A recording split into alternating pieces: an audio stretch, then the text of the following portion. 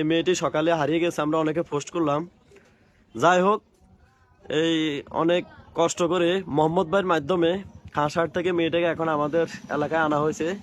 দেখে আমরা এখন তার বাড়ির উদ্দেশ্যে রওনা দিব, তাকে তার বাড়িতে পৌঁছে দেওয়ার জন্য। উনি তোমাকে কে বা কিভাবে নিয়ে গেছে একটু বুঝিয়ে বলো তো। কোথায় থেকে? তুমি আসতেছো কোথায় থেকে? আমার খালার বাড়ি থেকে। হ্যাঁ, কি বলছিল তোমারে?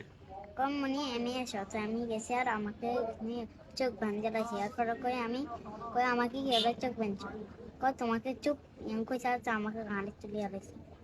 আচ্ছা, আমরা যা বুঝতে পারলাম, একজন লোক মেয়ে খালা বাসা থেকে নিজের বাসায় যাইতেছে, তাকে তার চোখ বেঁধে তাকে ছিনতাই করে নিয়ে যাওয়ার পথে এই একজন মহিলা উনি দেখে যখন মেয়েটিকে উদ্ধার করে, তখন ওই লোকটি পালিয়ে যায়। পরে ওই লোকটির বাবা, ওই মহিলাটির বাবা এসে আমাদেরকে পৌঁছে দেয়। আমরা এই মোহাম্মদ বারে অনেক প্রচেষ্টার মাধ্যমে মেয়েটিকে এখন আমাদের এলাকায় নিয়ে আসলাম। এখন আমরা তার বাসার উদ্দেশ্যে রওনা দিব, ইনশাল্লাহ তাকে পৌঁছে দিব। এই মেয়েটির বাড়ি হচ্ছে হাতিয়া নিজিমদি। এই মেয়েকে আমরা পেয়েছি খাসিরহাট রাস্তার মাথা থেকে। এক মুরব্বী আমাদেরকে মোহাম্মদুল্লাহ ভাইয়ের মাধ্যমে পৌঁছাইছেন টাঙ্গি রাস্তার মাথায়।